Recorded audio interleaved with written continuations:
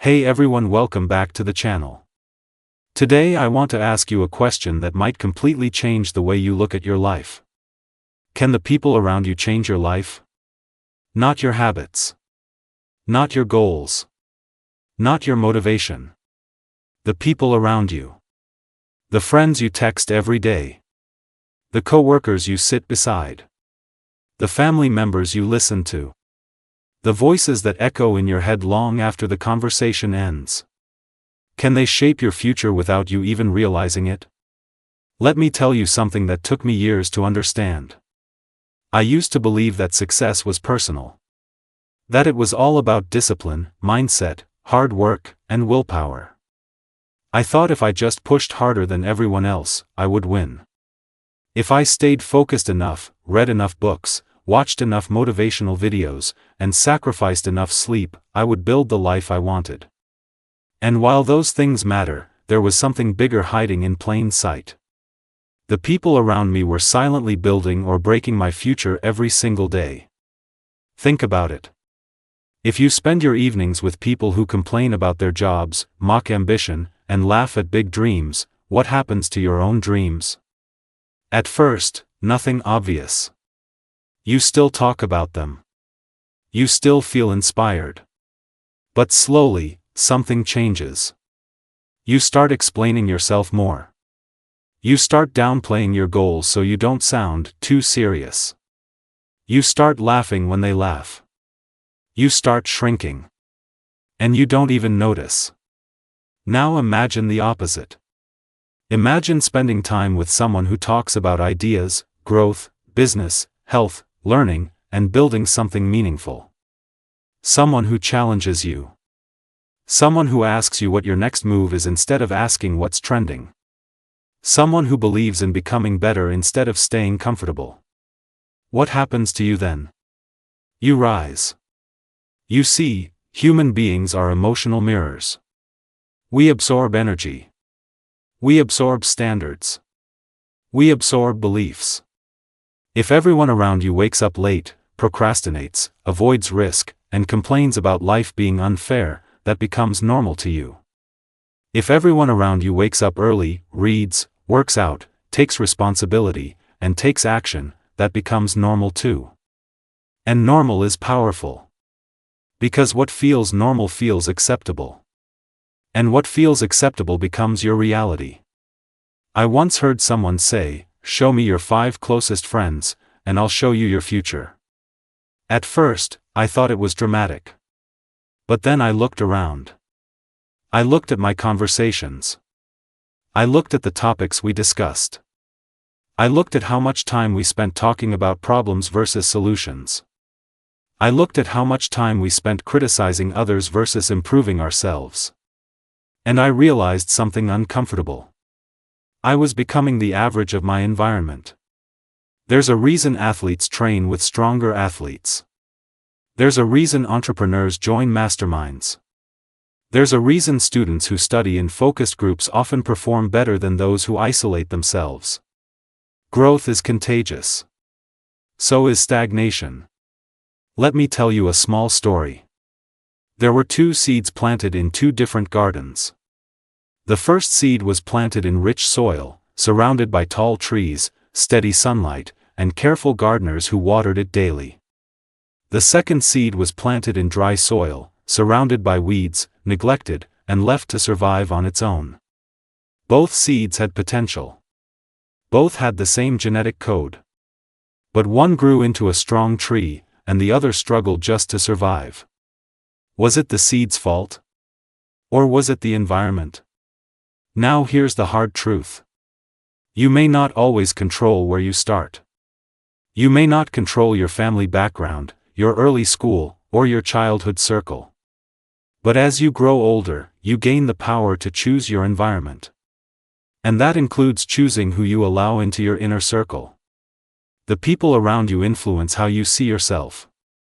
If someone constantly reminds you of your past mistakes, you start identifying with failure. If someone constantly highlights your strengths, you start believing in your potential. Words matter. Tone matters. Energy matters. Have you ever noticed how your mood changes depending on who you spend time with? Some people drain you. After an hour with them, you feel tired, negative, and unmotivated. Other people energize you. After talking to them, you feel inspired and ready to take action. That's not random. That's influence. Influence is subtle. It's not always someone telling you what to do. Sometimes it's just what they tolerate. If your friends tolerate laziness, you'll slowly tolerate it too. If they tolerate disrespect, gossip, and excuses, you'll start seeing those things as normal behavior. But if they tolerate discipline, integrity, and ambition, your standards rise automatically. Let me ask you something honestly. When you share a big goal, do the people around you say, "That's impossible"? Or do they say, "How can you make it happen"? When you fail, do they say, "I told you so"? Or do they say, "What did you learn"? When you try something new, do they mock you? Or do they support you? Your answers reveal more about your future than you think. Sometimes the people around you don't mean to hold you back. They might love you. They might care about you. But they're operating from their own fears. If they've never taken risks, your risks scare them. If they've settled for comfort, your ambition makes them uncomfortable. So they try to pull you back, not because they hate you, but because your growth challenges their comfort zone. And this is where courage comes in. It takes courage to outgrow your environment. It takes courage to say no to conversations that don't align with your future. It takes courage to distance yourself from negativity. It takes courage to seek rooms where you feel small but inspired instead of big and stagnant. Growth often feels lonely at first. Because when you change, your circle doesn't always change with you. Some people won't understand your new habits. They'll call you boring because you don't party the same way. They'll call you obsessed because you care about your goals. They'll say you've changed. And the truth is, you have. You're supposed to. Change is a sign that you're evolving. And sometimes evolution requires separation. But let me be clear. This isn't about cutting everyone off and becoming isolated. It's about awareness. It's about being intentional. It's about asking yourself, are the people around me helping me grow, or helping me stay the same? There's a powerful concept in psychology called social proof. We look to others to decide what's normal and what's possible.